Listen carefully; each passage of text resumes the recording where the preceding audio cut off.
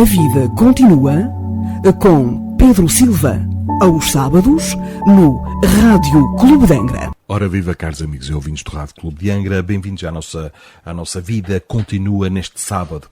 Hoje vamos fazer uma breve análise filosófica e espírita sobre as paixões. Abrindo logo a secção sobre as paixões no Livro dos Espíritos, Allan Kardec pergunta o seguinte, na questão 907. Ele pergunta-se, será intrinsecamente mau o princípio originário das paixões, embora esteja na natureza? Bom, antes de analisarmos a resposta dos espíritos superiores, vamos nos deter um pouco sobre a própria questão. O primeiro ponto a ser notado é que Allan Kardec indaga acerca do princípio originário das paixões e não delas próprias, ou seja, procura esclarecimento sobre a origem, a fonte de onde promanam as ditas paixões. A segunda observação importante é que há, nesta questão, uma afirmação categórica. Esse princípio do qual provém as paixões está na natureza, isto é, faz parte da ordem natural das coisas. Ora, o conceito ordinário de paixão, que é adotado pelo homem comum, traz consigo uma conotação negativa evidente. Associa-se, por exemplo, a paixão ao desequilíbrio, ao tumulto emocional, ou a desvios patológicos do sentimento, sendo mesmo frequente ouvir-se frases como isto não é amor, isto é paixão, ou fulano está cego de paixão. A questão proposta pelo codificador da doutrina motiva-se exatamente pelo conflito entre essa acessão vulgar do termo paixão e a análise filosófica das paixões, que indica serem elas provenientes de causas naturais. Agora, considerando que tudo aquilo que pertence à ordem natural obedece a uma sabedoria e uma bondade supremas, tendo, em outras palavras, sido instituído por Deus, como poderia essa fonte sábia e boa levar, em última instância, a sentimentos intrinsecamente maus? Agora vejamos, caros amigos, o que é que respondem os espíritos. Não. A paixão está no excesso de que se acresceu a vontade, visto que o princípio que lhe dá origem foi posto no homem para o bem, tanto que as paixões podem levá-lo à realização de grandes coisas. O abuso que delas se faz é que causa o mal. A resposta, caros amigos e ouvintes, esta resposta corrobora, portanto, aquilo que está implícito na afirmação de Allan Kardec, que é o princípio originário das paixões é bom, tendo sido posto no homem para o bem. O mal que vulgarmente se associa às paixões é o resultado de uma distorção do sentimento original. Bom, do contexto é justo depreender que essa distorção corre por conta do livre-arbítrio humano na condução dos seus sentimentos, não podendo ser imputada à fonte natural e neutra de onde provém. Nós falamos da questão 907. Na questão 908, pergunta-se como se pode determinar o limite onde as paixões deixam de ser boas para se tornarem más. A resposta é que as paixões são como um corcel, que só tem utilidade quando governado e que se torna perigoso desde que passe a governar. Uma paixão se torna perigosa a partir do momento em que deixais de poder governá-la e que dá em resultado um prejuízo qualquer para vós mesmos ou para outrem. Em relação à natureza das paixões, caros amigos, é inegável a ordinária carga negativa associada a este conceito. A afirmação de Allan Kardec de que os espíritos dizem de que a fonte original das paixões é boa tende a causar estranheza na maioria das pessoas. Por tal motivo, julgamos importante aqui fazer uma incursão, ainda que breve e simplificada, nos domínios da filosofia que tem as paixões como um dos seus temas mais discutidos. Como ocorre com boa parte dos vocábulos das línguas naturais, o termo, a palavra paixão, comporta diversos significados. Bom, aqui na acessão popular, nos nossos dias, ela designa certos sentimentos fortes, exacerbados, tumultuados, que, no geral, se associam à afeição votada a pessoas e mesmo a coisas e também a atividades. Por exemplo, ouve-se falar, olha, matou-se por paixão, é apaixonado por carros, tem paixão pelo futebol. Do ponto de vista filosófico, porém, o termo paixão possui significados mais amplos e neutros quanto ao bem e ao mal. No seu significado etimológico, paixão se contrapõe a ação. Isso fica mais claro nas línguas inglesa e francesa, em que esses vocábulos passion e action estão mais próximos da sua origem latina. Ação, atuar, agir, paixão, sofrer a ação, recebê-la passivamente. Neste sentido básico, e hoje em dia em desuso, poder-se-ia dizer que a ação e paixão são como as faces de uma mesma moeda. Sempre que algo age, alguma outra coisa sofre paixão. Por exemplo, eu bato na mesa. Ação. A mesa recebe a pancada paixão. O mesmo fenómeno que para mim é ação, para a mesa é paixão. Aqui estamos interessados não em coisas em geral, mas no ser humano que pode ele também agir e sofrer paixão. Nesse caso, porém, este conceito se tornará mais específico, como veremos. Na visão de homem estabelecida pelo Espiritismo ou doutrina espírita, o homem, é um ser dual, composto de corpo, que é matéria, e alma, que é espírito. Embora remonte à antiguidade, essa visão dualista tornou-se proeminente na filosofia a partir da contribuição de René Descartes. Um dos maiores filósofos e cientistas de todos os tempos, Descartes foi o principal responsável pela inauguração da filosofia moderna, renovando amplamente as teorias e conceitos filosóficos anteriores. Esteve ainda entre os criadores da ciência moderna, ao lado de Galileu, de Newton, de Boyle, de Huygens, entre outros. Ora, na sua doutrina, este sábio francês dissociou da alma a função de mantenedora da vida orgânica, tomando-a unicamente como o ser pensante, independente da matéria. Uma análise cuidadosa revela muitos pontos comuns entre as visões espírita e cartesiana do homem. Nós não podemos penetrar esse vasto e difícil assunto nesta pequena rubrica. Nós só apenas iremos destacar alguns elementos mais diretamente ligados à questão das paixões. Dadas as grandes transformações por que passou a física no nosso século, não é possível expressar em linguagem ordinária como é que a ciência contemporânea caracteriza a matéria.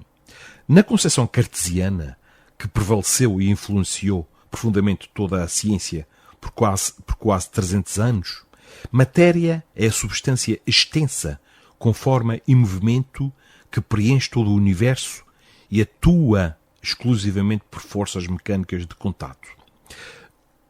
No nível dos objetos com que lidamos enquanto homens comuns, podemos pensar na matéria aproximadamente ao longo dessas linhas, mas apenas para fixar ideias, conscientes de que essas noções não mais bastam às novas teorias físicas. Quanto ao espírito, Para Descartes, ele era, como já indicamos, a substância pensante, a sede do pensamento, da vontade e dos sentimentos. Ao contrário da sua concepção de matéria, essa ideia de espírito mostra-se perfeitamente adaptável ao que conhecemos hoje, não mais pelas ciências académicas, que por sua natureza não se ocupam com isso, mas pela ciência espírita, que foi aqui trazida pelo codificador em 1857, através deste livro com 1019 questões e 1019 respostas, que é o livro dos Espíritos.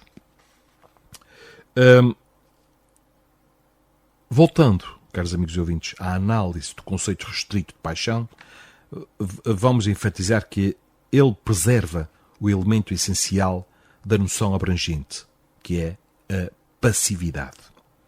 Amor, ódio, alegria, tristeza e demais paixões são algo que se apodera de nós de forma involuntária, pelo menos na sua gênese imediata. Nós não temos nenhuma participação voluntária.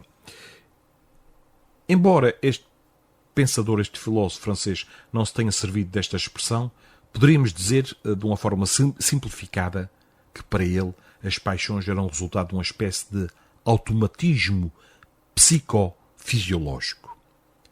Na esfera fisiológica, esse automatismo envolvia de forma essencial o fluxo dos espíritos animais e a sua interação com a glândula pineal que se encontra no cérebro. Na mente manifestava-se como as percepções de amor, ódio, etc., que cada homem sabe o que são por experiência direta. Para controlarmos, caros amigos, as paixões, enfatizando esta secção do Livro dos Espíritos que nós estamos aqui a analisar nesta rubrica, e que recebeu também a grande atenção da parte de Descartes, que é a questão do seu controle, domínio ou mesmo do governo das paixões. Dada a própria conceituação de paixão, ou seja, de algo que acontece de forma involuntária na nossa alma, uma impressão preliminar poderia ser a de que as paixões escapam, por sua própria natureza, a toda a possibilidade de controle voluntário. No entanto, caros amigos, o assunto é complexo e exige exame mais detido. Vamos aqui à questão 909 do Livro dos Espíritos, que pergunta assim: poderia, em relação às paixões que todos nós possuímos ainda, poderia sempre o homem, pelos seus esforços, vencer as suas más inclinações? E eles respondem que sim, e por vezes fazendo esforços pequenos esforços. Mas o que nos falta, meus amigos, é a vontade. E eles acrescentam: quão poucos dentre vós fazem esforços. Embora não se fale aqui de uma forma explícita em paixões, fica claro que a partir do contexto que as referidas más inclinações que estão na questão estão associadas ao desvirtuamento dos sentimentos naturais que estão na origem destas mesmas paixões. Nós, por exemplo, temos uma tendência que parece natural, maior ou menor conforme a pessoa, de sentir orgulho quando nos elogiam e mágoa quando nos ofendem, inveja quando vemos alguém possuir aquilo que queríamos para nós próprios.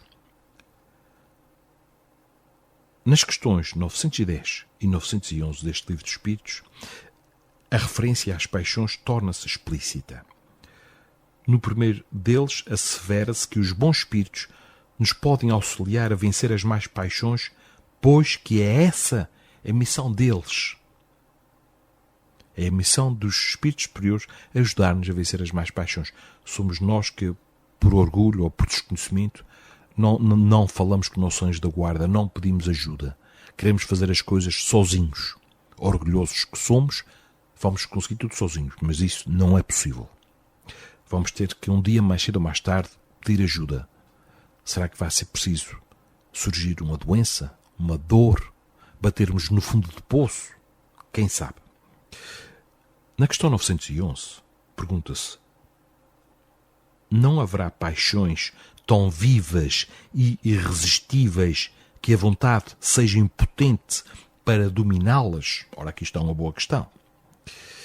E eles respondem, os benfeitores espirituais, que há muitas pessoas que dizem quero, mas a vontade só lhes está nos lábios. Querem, porém, muito satisfeitas ficam que não seja como querem. Quando o homem crê que não pode vencer as suas paixões, é porque ele, espírito, ainda se compraz nessas mesmas paixões. É consequência da sua inferioridade moral. Compreende a sua natureza espiritual, aquele que as procura reprimir, vencê-las, é para ele uma vitória do espírito sobre a matéria. Quando alguém diz assim, eu não consigo, é porque no fundo ainda não lhe apetece. Esta paixãozinha, eu ainda gosto de alimentá-la. Por isso vamos adiar mais um bocadinho, não é?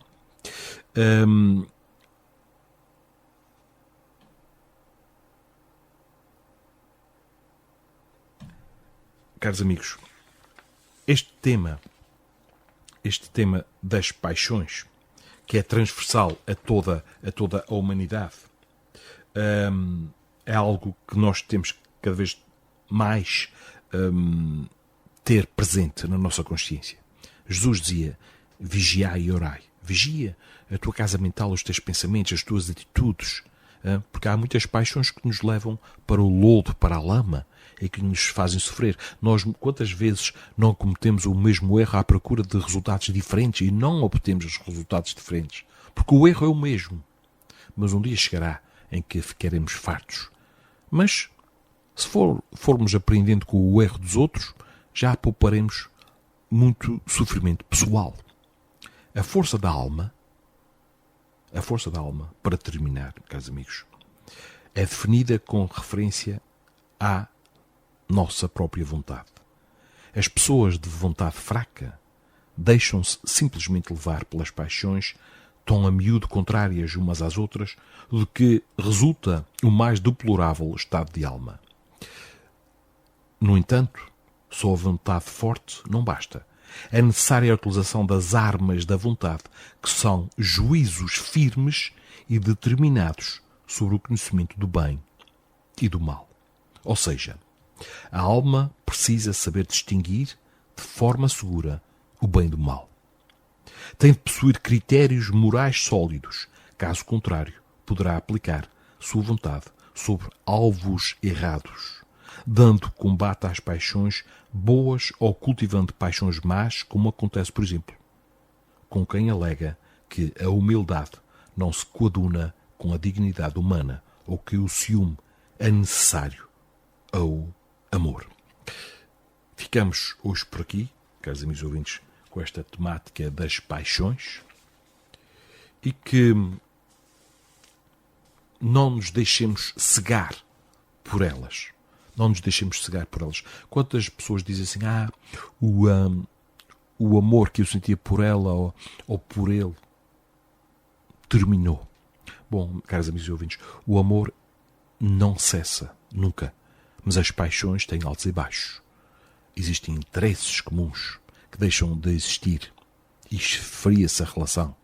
A minha amizade terminou por isto ou por aquilo. A amizade e o amor não terminam. São para todo o sempre.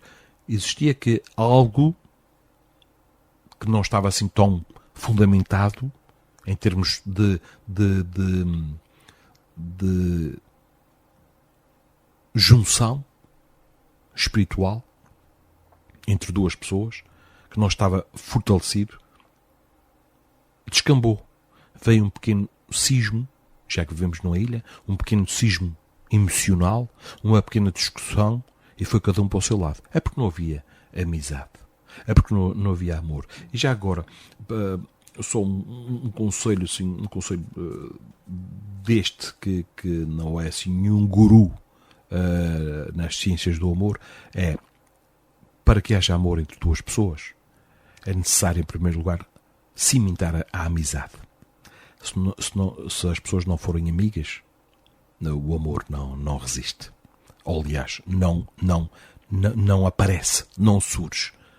Na base de tudo tem que haver amizade, tem que haver confiança, tem que haver abertura, sinceridade, honestidade.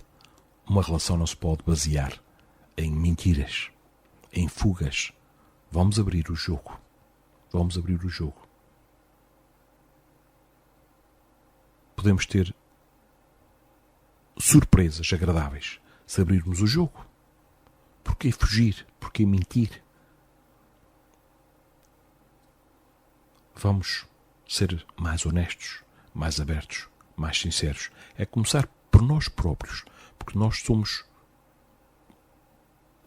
os primeiros a mentir para nós mesmos, a nos enganar.